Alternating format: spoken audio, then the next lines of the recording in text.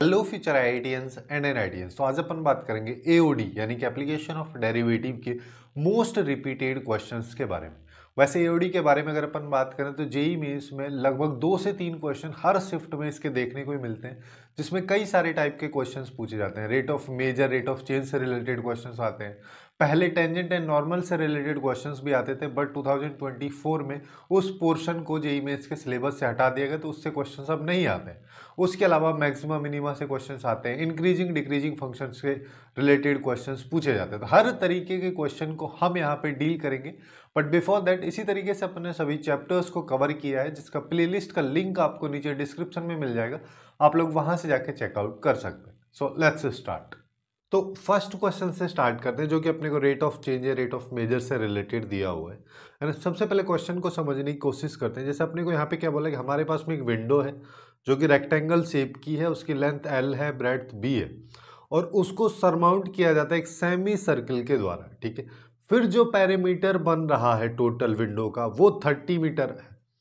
तो अपने को वो वाली डायमेंशंस बतानी है और लेंथ और ब्रेड्थ बतानी है जब इस विंडो से मैक्सिमम लाइट आएगी। अब मैक्सिमम लाइट कब आएगी? जब उसका एरिया मैक्सिमम होगा। तो अल्टीमेटली अपने को एरिया मैक्सिमम करके वो वाली सिचुएशन फाइंड आउट करनी है। अब उससे पहले अपन थोड़ा सा इसका बेसिक क्लियर कर लेते हैं कि एक्चुअली में कहना क्या चाह रहा है। जैसे हमारे पास में इस तरीके से एक रेक्टेंगल शेप है, उसके ऊपर इस तरीके से एक सेमी सर्कल सरमाउंट किया जाता है।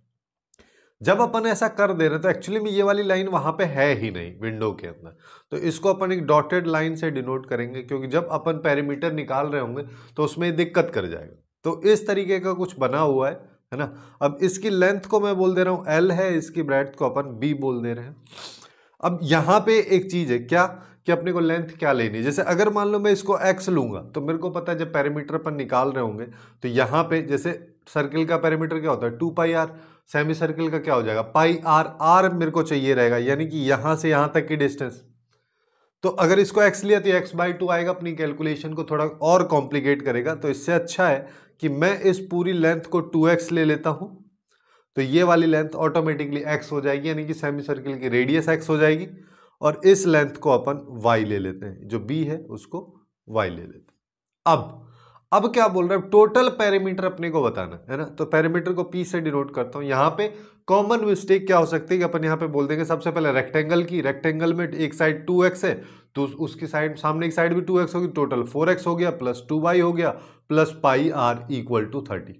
अब यही गलती यहां पे क्या है कि एक्चुअली में हम इस वाली साइड को भी काउंट कर ले, लेकिन ये कोई साइड है ही नहीं, ये पेरीमीटर नहीं है। जो बाउंड्री बाहर की लगी हुई है ये इस विंडो का पेरीमीटर है। तो यहां पे एक साइड अपने पास में 2x हो गया प्लस एक ये वाली साइड हो जाएगी, एक ये वाली साइड। दोनों साइड जो है y है, तो दोनों का सम करोगे तो 2y आ जाएगा।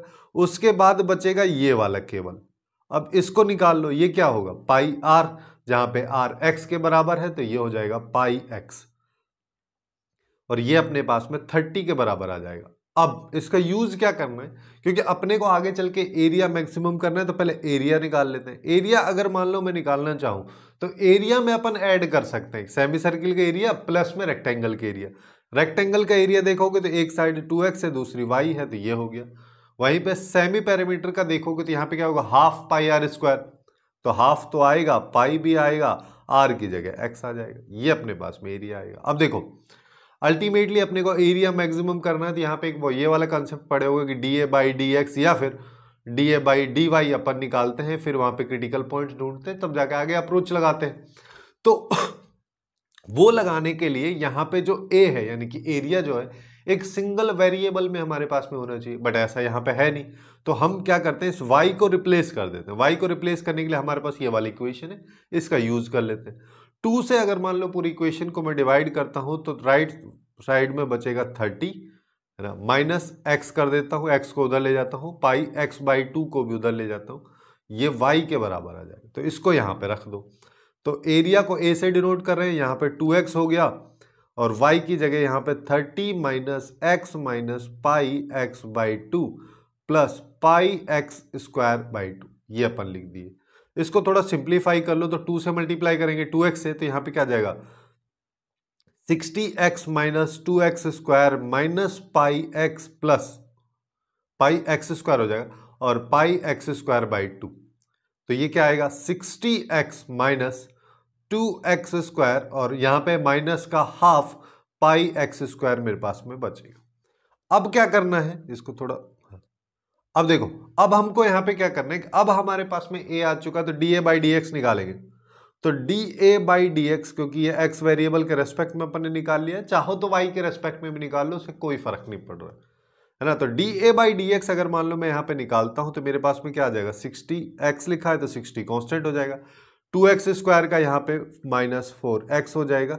यहाँ पे देखोगे तो हाफ पाई तो आएगा ही आएगा, है ना। इसको मैं पाई बाई 2 लिख देता हूं, इंटू x² को 2x, 2 से 2 गया, और ये इक्वल टू अपने को जीरो करना है क्योंकि क्रिटिकल पॉइंट फाइंड आउट करना है ना।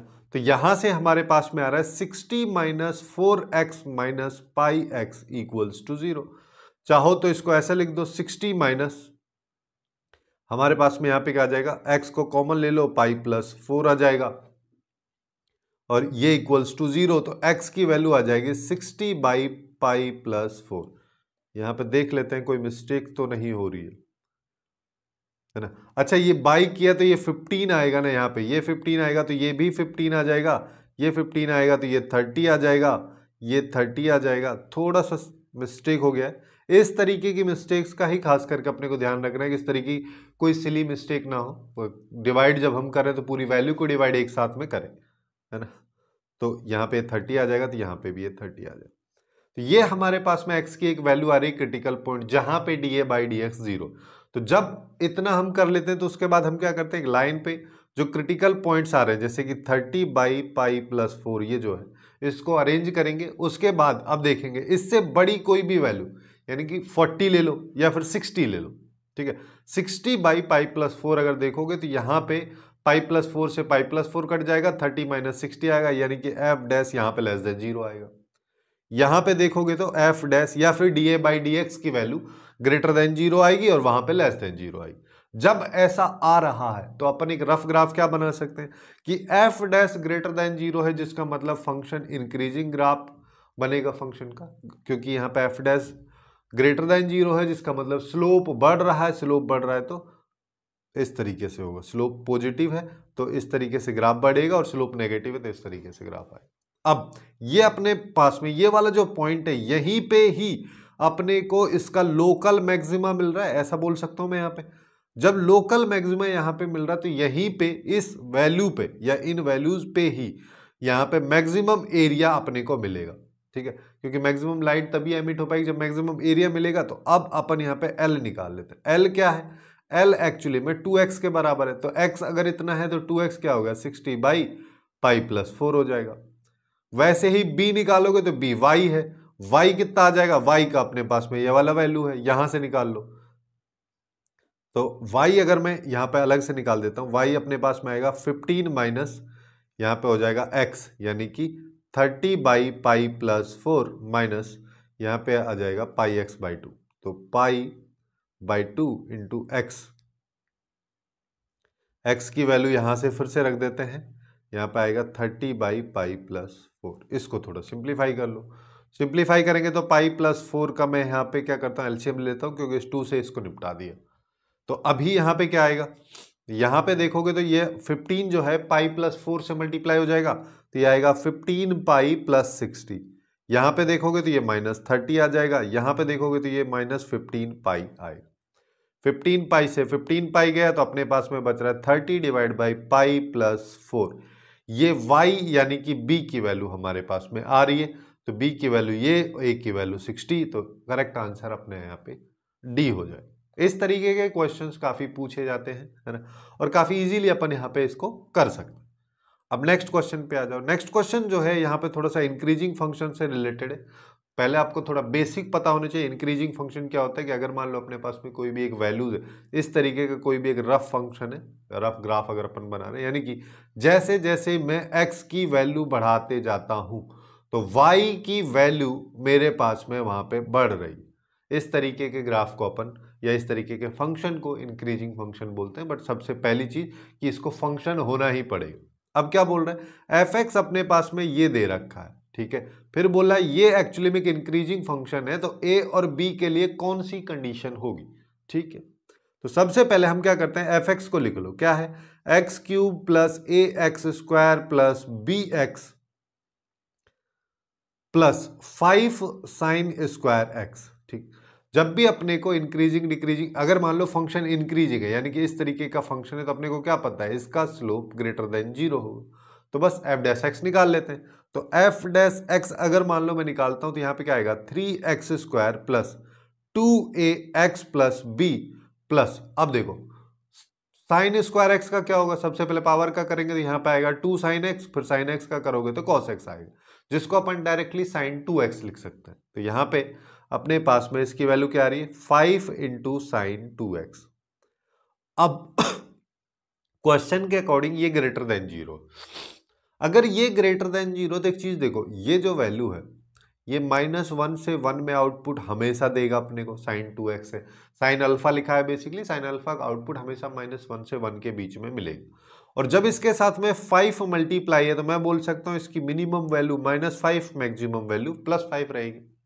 तो अब क्वेश्चन में क्या बोल रहा है कि एक्चुअली में ये एफ डैश एक्स की पूरी वैल्यू ग्रेटर देन 0 रहेगी।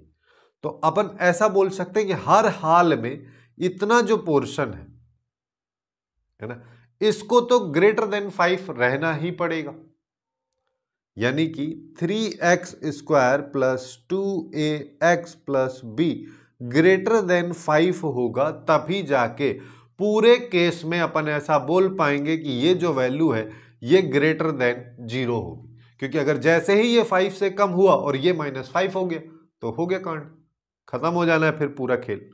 तो अपने को यहां पे क्या बोल सकते हैं कि 3x square plus 2ax plus be greater than 5 हमेशा होगा। अगर ऐसा होगा तो इस 5 को लेफ्ट में ले आओ, तो क्या आया, 3x square plus 2ax plus B minus 5 greater than 0।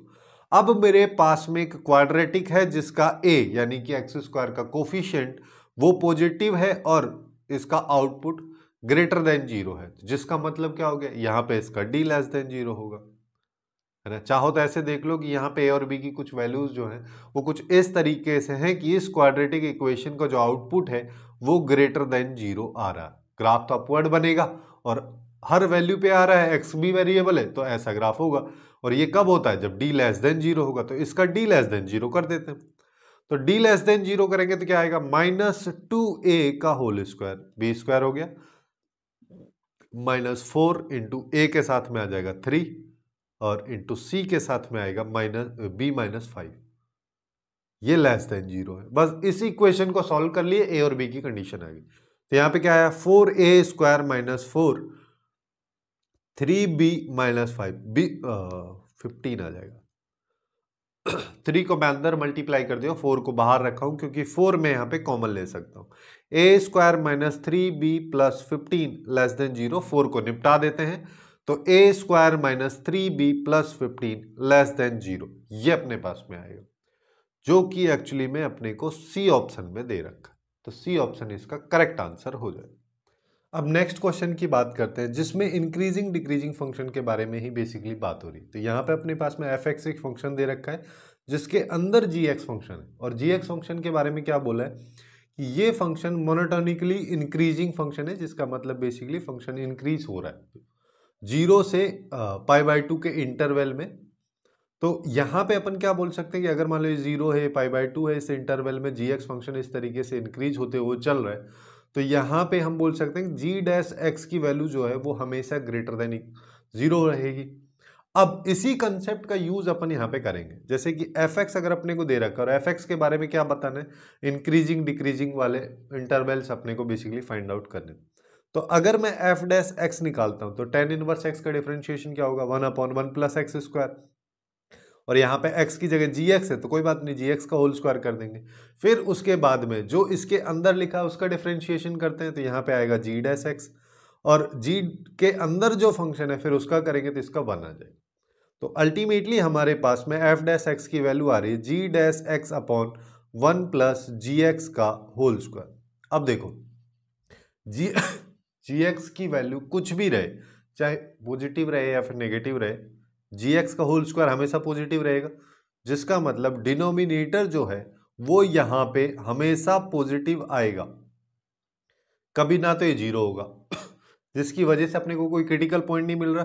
और जी डैश एक्स की अगर मैं बात करूं तो जी डैश एक्स के बारे में क्वेश्चन में खुद बोल दिया है कि जी डैश एक्स जो है ये एक्चुअली में ग्रेटर देन जीरो है, तो ये भी कभी इक्वल टू जीरो नहीं है। तो एफ डैश एक्स जो है वो कभी इक्वल टू जीरो हो नहीं रहा, जिसका मतलब कोई क्रिटिकल पॉइंट हमें नहीं मिल रहा। और जब हमें कोई क्रिटिकल पॉइंट नहीं मिलता तो हम सीधा एफ डैश एक्स को देखते हैं कि क्या ये पॉजिटिव रहेगा, नेगेटिव रहेगा, कैसा सिनेरियो। तो न्यूमरेटर पॉजिटिव है, डिनोमिनेटर भी पॉजिटिव, तो एफ डैश एक्स हमेशा पॉजिटिव रहेगा। और ये कब तक रहेगा? जब तक जी डैश एक्स पॉजिटिव है। और जी डैश एक्स कब तक पॉजिटिव है? जब एक्स की वैल्यू 0 से π/2 के बीच में। तो यानी कि जब एक्स की वैल्यूज ये रहेंगी या इस इंटरवल के अंदर एफ एक्स फंक्शन जो है वो एक इंक्रीजिंग फंक्शन होगा, क्योंकि F dash x greater than 0। तो अपने पास में यहाँ पे इस क्वेश्चन का करेक्ट आंसर ए ऑप्शन निकल के आ जाएगा। ठीक है, कोई खास कैलकुलेशन नहीं है, बस थोड़ा सा थ्योरी पे बेस्ड क्वेश्चन।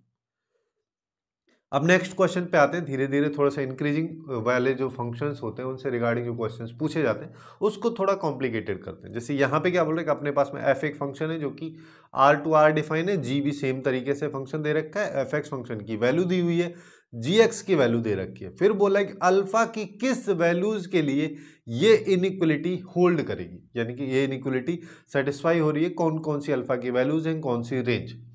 तो ये देखना है। अब देखो यहाँ पे कुछ लोग क्या करेंगे कि एफ ऑफ जी एक्स वगैरह निकाल लेंगे, है ना, फॉग फंक्शन निकाल लेंगे यहाँ पे, लेकिन उससे अननेसेसरली कैलकुलेशन बिना फालतू का बढ़ जाएगी और कुछ नहीं। अपने को उतने पे भी फोकस नहीं रखना। जो अभी अपन ने पिछले क्वेश्चंस में कुछ थ्योरेटिकल कंसेप्ट देखे हैं उसके बेसिस पे चलेंगे।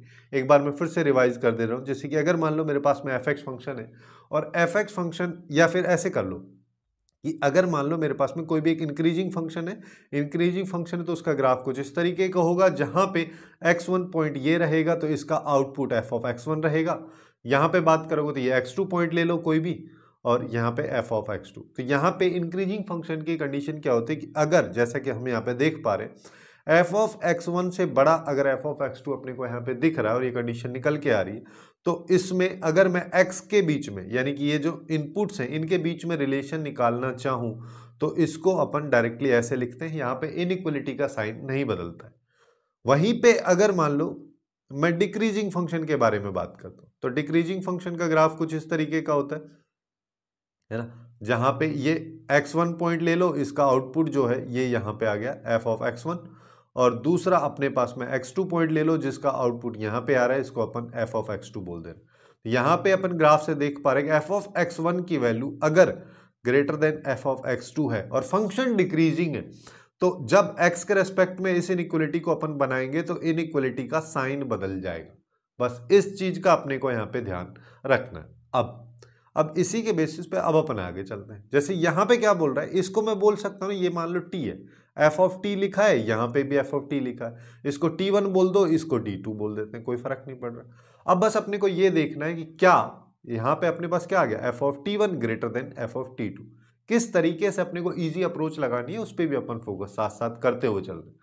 तो यहाँ पे अगर मैं देख पाऊँ एफ एक्स फंक्शन ये है, और अगर मान लो मेरे को पता चल जाए whether this function is increasing और डिक्रीजिंग, तो उस हिसाब से अपन t1 t2 में रिलेशन निकाल सकते हैं। तो बस वही करना है। तो उसके लिए अपन यहाँ पे क्या कर सकते हैं, सबसे पहले एफ डैश एक्स निकाल लो। एफ डैश एक्स अगर मान लो मैं निकालूंगा तो ln x का क्या हो जाएगा, 1/x, तो यानी कि 1/1 प्लस एक्स स्क्वायर लिख दो, या फिर एक्स स्क्वायर प्लस 1, बात एक ही है। फिर उसके बाद इसके अंदर वाली वैल्यू का करेंगे तो इसके साथ में यहाँ पे 2x आ जाएगा, उसके बाद खत्म। फिर माइनस, यहाँ पे ये लिखा है e की पावर माइनस एक्स, ई की पावर माइनस एक्स का डिफरेंशिएशन क्या होता है, माइनस इंटू ई की पावर माइनस एक्स, यहाँ पे ऑलरेडी माइनस है तो ये प्लस में आ जाएगा और खत्म। ये अपने पास में यहाँ पे इसके एफ डैश एक्स की वैल्यू आ रही है। अब क्या करें हम, अब हमको ये देखना है कि एफ डैश एक्स जो है पॉजिटिव आ रहा है, नेगेटिव आ रहा है, क्या सिनेरियो यहाँ पे हो रहा है। तो उसको देखने के लिए अपन यहाँ पे क्या कर सकते हैं, जैसे देखो अगर मान लो मैं यहाँ पे, जैसे यहाँ पे अल्टीमेटली अपने पास क्या आ रहा है, 2x divide by 1 plus x square plus e की पावर माइनस एक्स। मेरे को यहाँ पे ये पता चल रहा है कि ये वैल्यू जो है पॉजिटिव रहेगी, x की वैल्यू कुछ भी डालो, ई की पावर है तो हमेशा पॉजिटिव रहेगा। डिनोमिनेटर जो है ये भी पॉजिटिव रहेगा, लेकिन x की वजह से नेगेटिव पॉजिटिव हो जाएगा। है ना। नेगेटिव जब होगा तो क्या ये e की पावर माइनस एक्स से बड़ा हो जाएगा, तो ये नेगेटिव आ जाएगा। तो उस केस को सिंप्लीफाई करने के लिए अपन यहाँ पे क्या करते हैं, +1 और -1 कर दे रहे हो।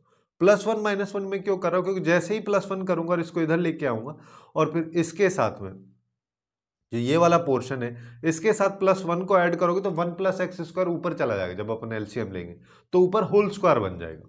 जैसे देखो, अगर इस वाले पोर्शन के साथ मैं 1 लेता हूँ और एलसीएम लेता हूँ तो मेरे पास में यहाँ पे वैल्यू क्या आएगी, ये आ जाएगा 2x + 1 + x square by 1 + x square, और यहाँ पे आ जाएगा प्लस e की पावर -x - 1। ये अपने पास में आ रहा है, जिसको थोड़ा सिंप्लीफाई करेंगे तो ऊपर क्या आ जाएगा, x + 1 का होल स्क्वायर, नीचे क्या आ जाएगा 1 + एक्स स्क्वायर, फिर यहाँ पे आएगा e की पावर -x - 1।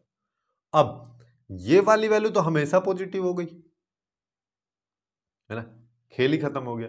अब यहां पे देखोगे तो ये वैल्यू जो है ये भी हमेशा पॉजिटिव है, लेकिन यहाँ पे -1 है। तो अपने को क्या करना है, अल्टीमेटली ये वाला जो पोर्शन है इसका आउटपुट ग्रेटर देन 1 आना चाहिए हमेशा, तब जाके इंक्रीजिंग होगा। अगर हमेशा लेस देन 0 होगा तो ये डिक्रीजिंग हो जाएगा। उसके लिए अपन यहाँ पे क्या कर सकते हैं, इसको देखो,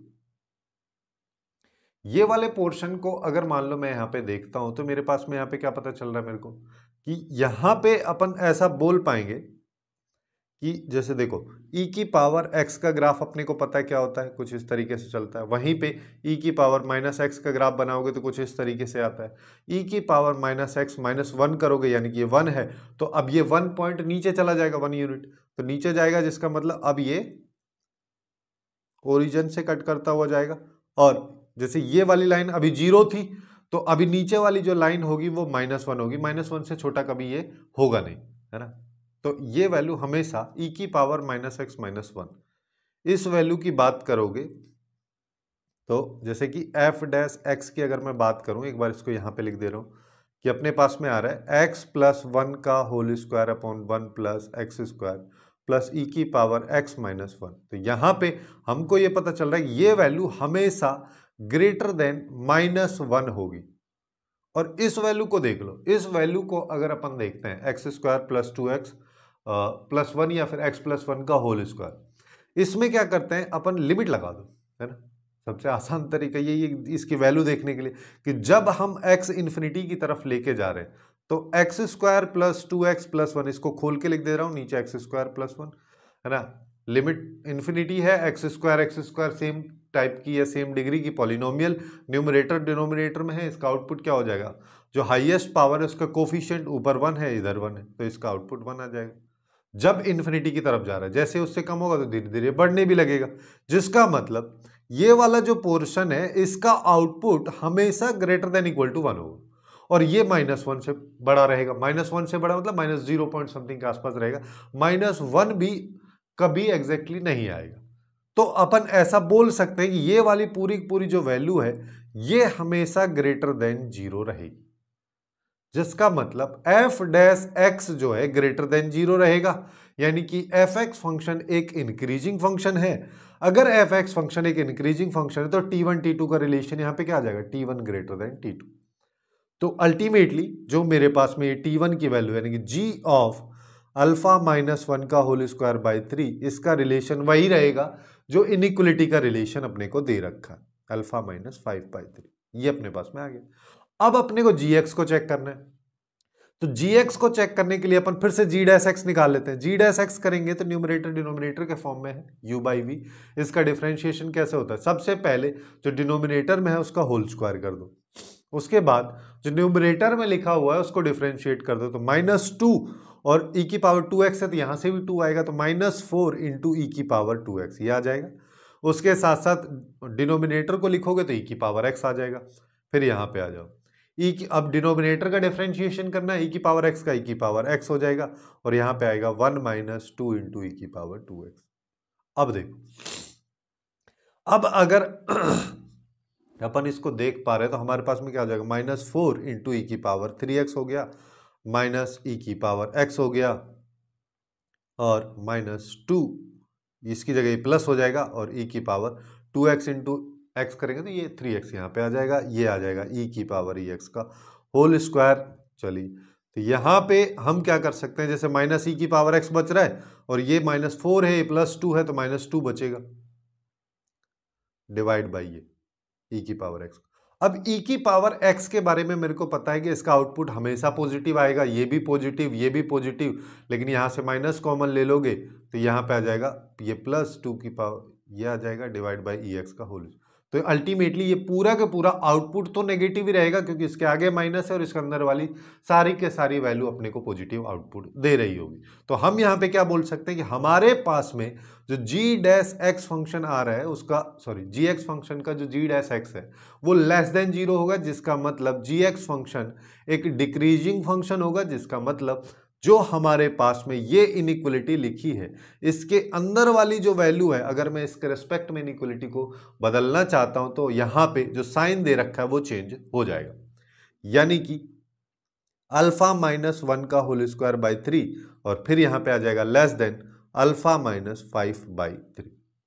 अब इसको बस सिंप्लीफाई करना है। अच्छा, यहां पे एक चीज और अपन कर सकते थे कि जैसे ये एफ ऑफ जी एक्स अगर अपने को दे रखा ना, तो अगर मान लो मैं यहां पे अलग से फाइंड आउट कर लूं, जैसे एक और कंसेप्ट होता है कि अगर अपने पास में एफ एक्स फंक्शन एक इंक्रीजिंग फंक्शन है, जी एक्स फंक्शन एक डिक्रीजिंग फंक्शन है, तो एफ ऑफ जी एक्स के बारे में अगर बात करोगे तो ये अल्टीमेटली एक डिक्रीजिंग फंक्शन निकल के आता है। तो डायरेक्टली भी अपन यहां पे पहुंच सकते हैं। जब ये अगर एक डिक्रीजिंग फंक्शन होगा तो अपन यहां पे डायरेक्ट इसको उठा लेंगे, इसको उठा लेंगे, इनइक्वलिटी का साइन बदल देंगे, खेल खत्म हो जाए। सॉरी। अब इसको सिंप्लीफाई कर लो तो यहां पे क्या आएगा, alpha square minus 2 alpha plus 1, 3 को उधर ले जाकर मल्टीप्लाई कर दो तो ये 3 अल्फा हो जाना है माइनस 5, सबको लेफ्ट में ले आओ, अल्फा स्क्वायर माइनस 5 अल्फा और माइनस 6 हो जाएगा, जिसके दो फैक्टर होंगे 2 और 3, तो यहाँ पे alpha minus 2 alpha minus 3 less than 0, alpha की वैल्यू 2 से 3 के बीच में आ गई। काफी आसानी से अपन यहाँ पे बता सकते हैं, बी ऑप्शन जो है इसका करेक्ट आंसर अपने पास निकल के आ जाएगा। अब नेक्स्ट क्वेश्चन पे चलते हैं। इंक्रीजिंग डिक्रीजिंग के बाद कुछ questions local maxima local minima से रिलेटेड भी पूछे जाते हैं। जैसे अपने को यहाँ पे क्या बोला है कि हमारे पास में एफ एक्स एक फंक्शन है जिसमें ए एक वेरिएबल फिट कर दिया है इसने, है ना, और फिर बोला है कि एक्स इक्वल टू 1 इसका क्रिटिकल पॉइंट है। तो अपने को बताना है कि जैसे एक्स इक्वल टू 1 और एक्स इक्वल टू माइनस 2/3 जो है, इन दोनों पे लोकल मिनिमा आ रहा है या मैक्सिमा आ रहा है, किस पे लोकल मिनिमा किस पे लोकल मैक्सिमा, ये सब बताना। तो ये सब बताने के लिए सबसे पहले अपन एफ डैश एक्स निकालते हैं। एफ डैश एक्स अगर मान लो मैं निकालता हूं, क्योंकि किसी भी चीज को मिनिमा मैक्सिमा सब कुछ देखने के लिए अपने को एफ डैश एक्स चाहिए। हालांकि यहाँ पे एक वेरिएबल है उसको भी अभी देखेंगे, बट पहले अपन यहाँ पे ये कर लेते हैं। तो अगर मान लो अपन यहाँ पे इसको सिंप्लीफाई करते हैं, सबसे पहले दो अलग अलग फंक्शन इसको मान लेते हैं, एक तो ई की पावर एक्स हो गया और एक ये हो गया। तो ई की पावर एक्स का डिफरेंशिएशन ई की पावर एक्स आया, तो बाकी फंक्शन को as it is a x minus 2 minus a लिख दिया। फिर ई की पावर एक्स को छोड़ के अंदर वाले का कर देंगे तो ये आ जाएगा 6x प्लस ए, बाकी सब चला जाएगा। तो अगर अपन इसको देखें तो ई की पावर एक्स को अगर मान लो मैं बाहर ले लेता हूं तो मेरे पास क्या आएगा 3x square plus a x minus 2 minus A plus 6x plus ए, ये इक्वल टू 0 होना चाहिए एफ डैश एक्स, तभी जाके तो अपने पास में क्रिटिकल पॉइंट आएंगे। लेकिन ये क्या कह रहा है कि एफ डैश ऑफ 1, यानी कि क्रिटिकल पॉइंट इसका जो है 1 वो है, जिसका मतलब एफ डैश ऑफ 1 की वैल्यू 0 है। तो डाल देते हैं, डालेंगे तो अपने पास में क्या आएगा, यहाँ पे आएगा एफ डैश 1, यहाँ पे ई की पावर 1 यानी कि ई को 0 में निपटा देंगे, वो खत्म हो गया। तो यहाँ पे क्या आएगा 3 प्लस ए माइनस 2 माइनस ए प्लस 6 प्लस ए, ये इक्वल्स टू 0। इस ए से ये ए गया, है ना, तो अपने पास में क्या आ रहा है 6 3 9 बस 2 गया 7। हाँ, तो ए की वैल्यू आ रही है -7, यहां से सीधा सीधा अपन निकाल पा रहे हैं, यानी कि ए की वैल्यू अब अपने को पता चल गई। तो अब हमारे पास में जो एफ डैश एक्स है वो अल्टीमेटली क्या है, 3x square minus 7x minus 2 plus 7 plus 6x minus 7, ये है। इसको थोड़ा सिंप्लीफाई कर लो तो क्या आएगा 3x स्क्वायर और ये बच गया माइनस x बच गया, इस 7 से ये 7 चला गया और हमारे पास में यहाँ पे आ गया -2, ये इसकी वैल्यू आ रही। अब अपने को क्या करना है, अब इसके फैक्टर्स कर लो, है ना, फैक्टर करेंगे तो f डैश x की वैल्यू हमारे पास में क्या आ जाएगी, देखो इसके दो फैक्टर हो जाएंगे तो 6 तो यहाँ पे इसको अपन लिख सकते हैं 3x² minus 3x plus 2x minus 2। तो एक तो आ जाएगा 3x कॉमन लिया तो x माइनस 1 आ जाएगा, दूसरा आ जाएगा प्लस 2 कॉमन लिया तो x माइनस 1 आ जाएगा। तो यहाँ पे आएगा एक फैक्टर तो अपना हो रहा है x माइनस 1, दूसरा फैक्टर हो रहा है 3x प्लस 2, ये इक्वल टू 0। तो x की वैल्यूज अपने पास में 1 और -2/3 दो आ रही। अब देखो जब भी क्रिटिकल पॉइंट्स अपन निकाल लेते हैं तो फिर अपन क्या करते हैं, लाइन पे उनको अरेंज करते हैं, यानी कि -2/3 यहाँ पे आ जाएगा, 1 यहाँ पे आ जाएगा। 1 से बड़ी कोई भी वैल्यू डालोगे तो सिंस ये f' देख के अपन बता सकते हैं f' पॉजिटिव होगा। -2/3 से 1 के बीच की कोई भी वैल्यू, फॉर एग्जाम्पल 0 ले लो, 0 डालोगे तो f' की वैल्यू नेगेटिव आ रही है, इधर वाला फिर पॉजिटिव हो जाएगा। बेसिक साइन स्कीम वगैरह लगा के अपन काफी इजीली इसको बता सकते हैं। तो अब अगर ऐसा हो रहा तो ये देखो इस तरीके से फंक्शन होगा, तभी स्लोप बढ़ेगा, फिर घट रहा है और फिर से बढ़ गया, ये अपने पास में आएगा। जिसका मतलब ये वाला जो पॉइंट है ये अपना लोकल मैक्सिमा हो जाएगा और ये वाला पॉइंट जो है ये अपना लोकल मिनिमा हो जाएगा। तो हमारे पास में क्या आ रहा है, x इक्वल टू 1 पे हमको मिलेगा लोकल मिनिमा और x इक्वल टू -2/3 पे हमको मिलेगा लोकल मैक्सिमा। इस तरीके से इस क्वेश्चन को काफी आसानी से अप्रोच कर सकते हैं। इसमें इनिशियली थोड़ा सा ये डिफिकल्टी हो सकती है कि a यहाँ पे एक वेरिएबल दे रखा है तो इसको कैसे निकालेंगे, उसी के लिए इसने ये वाली इंफॉर्मेशन भी दी हुई। अब नेक्स्ट क्वेश्चन पे आते हैं। नेक्स्ट क्वेश्चन में अब अपन थोड़ा सा और आगे चल रहे हैं। यहाँ पे पैरामेट्रिक कोऑर्डिनेट्स के बेसिस पे जब अपने को इक्वेशन दे रखी होती है और फिर मैक्सिमम मिनिमम वैल्यू के बारे में बात करता है तो कैसे अपन उसको अप्रोच करते हैं। तो देखो सबसे पहले अगर मान लो अपन यहाँ पे देखें तो अपने को f' से मतलब होगा, है ना, f' बोल लो या फिर dy/dx बोल लो, बात तो एक ही। अब सिंस ये पैरामेट्रिक कोऑर्डिनेट्स में दे रखा है तो dy/dx को अपन ऐसे भी लिख सकते हैं dy/dt और dx/dt। तो dy/dt कर लेते हैं। dy/dt के लिए ये अपने पास में है तो ये करेंगे तो यहाँ पे क्या आ जाएगा 12t² माइनस 6t माइनस 18, और इसकी बात कर लो तो यहाँ पे आएगा 5t⁴ माइनस 15t² माइनस 20। तो ऊपर से 6 कॉमन आता हुआ सीधा सीधा दिख रहा है तो 2t² माइनस t माइनस 3, और नीचे से 5 कॉमन आते हुए दिख रहा है तो t⁴ माइनस 3t² माइनस 4। ये अपने पास में dy/dx की वैल्यू यहाँ पे आ रही। अब क्या किया जाए, अब देखो अब अपने को अगर मान लो इंक्रीजिंग, यहाँ पे क्या बोला है, इसकी मिनिमम वैल्यू बतानी, किस t की वैल्यू पे f' मिनिमम निकल के आएगा। तो उसके लिए अपन f' इक्वल टू 0 देखेंगे। f' अगर मान लो मेरे को 0 देखना है तो इसको थोड़ा सा सिंप्लीफाई में पहले कर लेता हूं। जैसे यहाँ पे क्या करेंगे अपन, 6 को तो रहने दो, 6 है तो ये हो जाएगा 2t² माइनस 3t प्लस में आ जाएगा 2t माइनस 3, क्या आ गया। नीचे की बात करोगे तो यहाँ पे आएगा 5 और यहाँ पे आ जाएगा t⁴, तो -4t² प्लस t² माइनस 4। तो ऊपर का फैक्टर देखोगे तो यहाँ पे आएगा 2t, जैसे 6 को बाहर रख रहे हैं, 2t को t को अगर मान लो मैं कॉमन लेता हूं तो यहाँ पे आएगा 2t माइनस 3 प्लस 1 कॉमन लिया तो 2t माइनस 3। डिनोमिनेटर की बात करोगे तो 5 बाहर है तो t² को अगर मैंने बाहर लिया तो मेरे पास में आएगा यहाँ पे t² minus 4 plus 1t² minus 4। यार तो इसके दो फैक्टर्स हो रहे हैं, एक फैक्टर यहाँ पे आ गया 2t माइनस 3 और एक आएगा t प्लस 1, और नीचे की बात करोगे तो 5 के साथ में यहाँ पे आया t² प्लस 1 और t² माइनस 4। अब अपने को ये देखना है ये 0 कब है।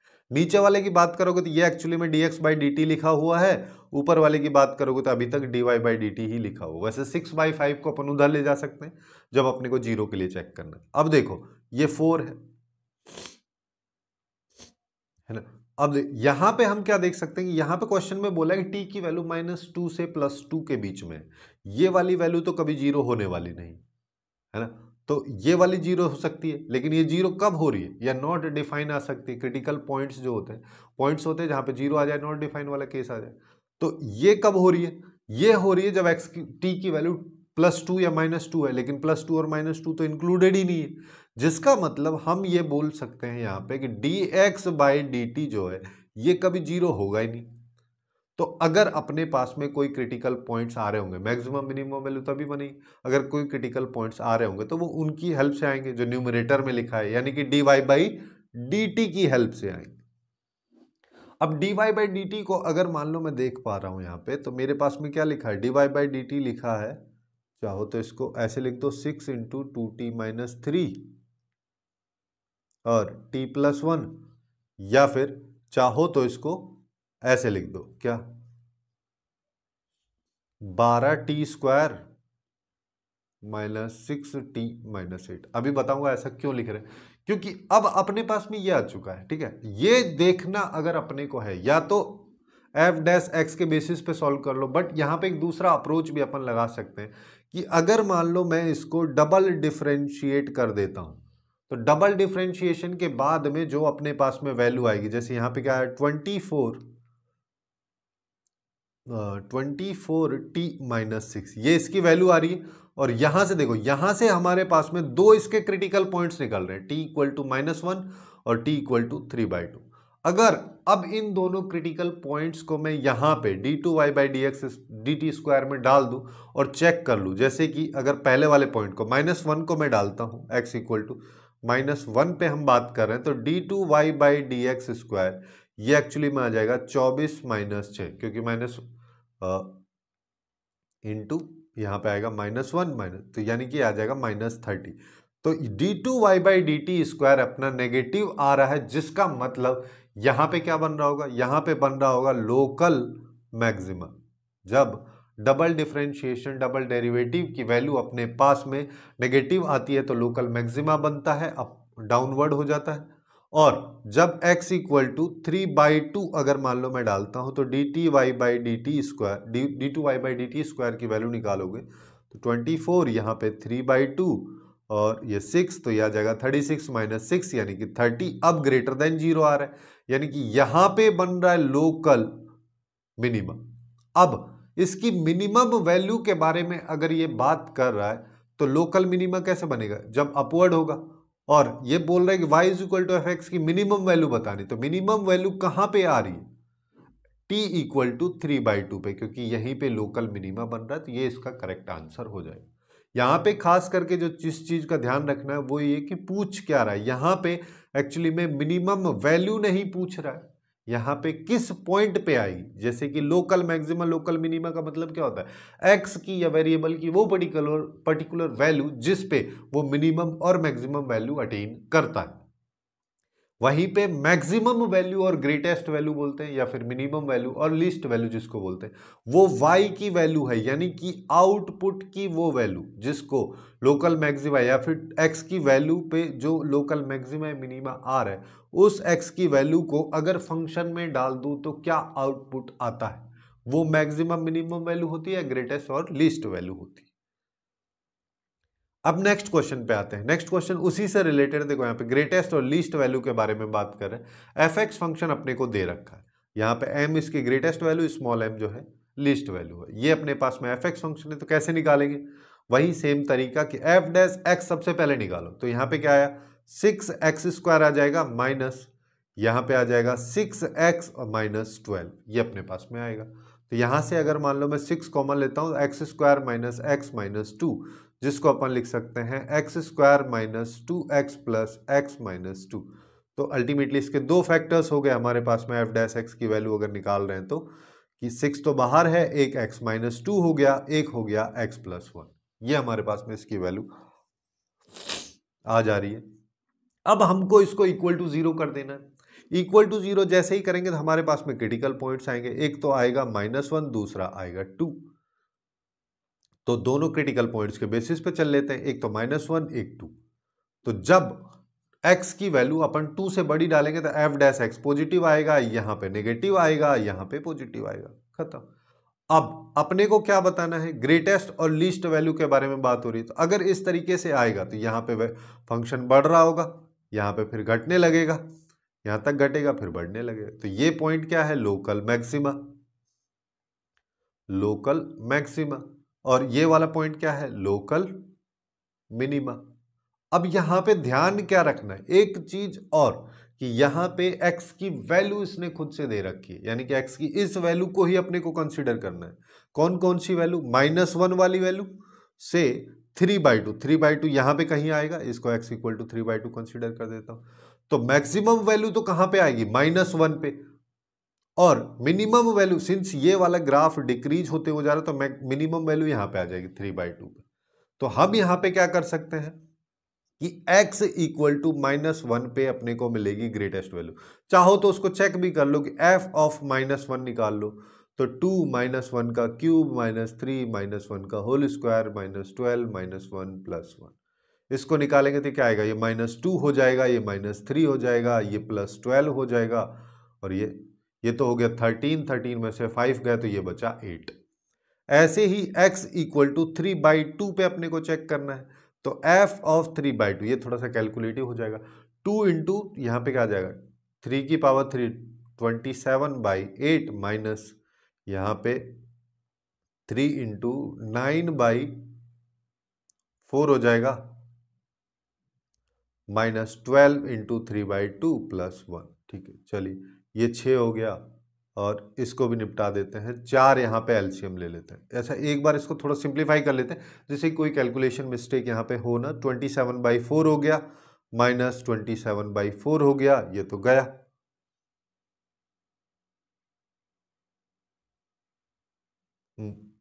-18 +1, इससे ये चला गया तो -17 ये आ रहा है। दोनों के डिफरेंस की बात हो रही है, तो कैपिटल M 8 है, ये -17, यहाँ पे आ गया 25, जो कि इस क्वेश्चन का करेक्ट आंसर हो जाएगा। तो कुछ इस तरीके से एओडी के क्वेश्चंस, एप्लीकेशन ऑफ डेरिवेटिव के क्वेश्चन, जो कि मोस्ट फ्रीक्वेंटली जेईई मेंस में पूछे जाते हैं, जहाँ पे ग्रेटेस्ट लीस्ट वैल्यू से रिलेटेड क्वेश्चंस अपन ने देखे, मैक्सिमा मिनिमा से देखे, कभी कभी पैरामेट्रिक कोऑर्डिनेट भी अगर इंक्लूड कर दे तो क्वेश्चंस को किस तरीके से सॉल्व करना है, rate of measure, rate of change से रिलेटेड क्वेश्चंस भी अपन ने देखे, और इसी तरीके से अपन ने सभी चैप्टर्स को कवर किया है, जिसका प्लेलिस्ट आपको लेफ्ट साइड में दिख रहा होगा, वहां से जाके चेकआउट कर सकते हैं। सो आज के लिए बस इतना ही। Hopefully you guys find it useful, and if you find it useful then please do like, share and subscribe.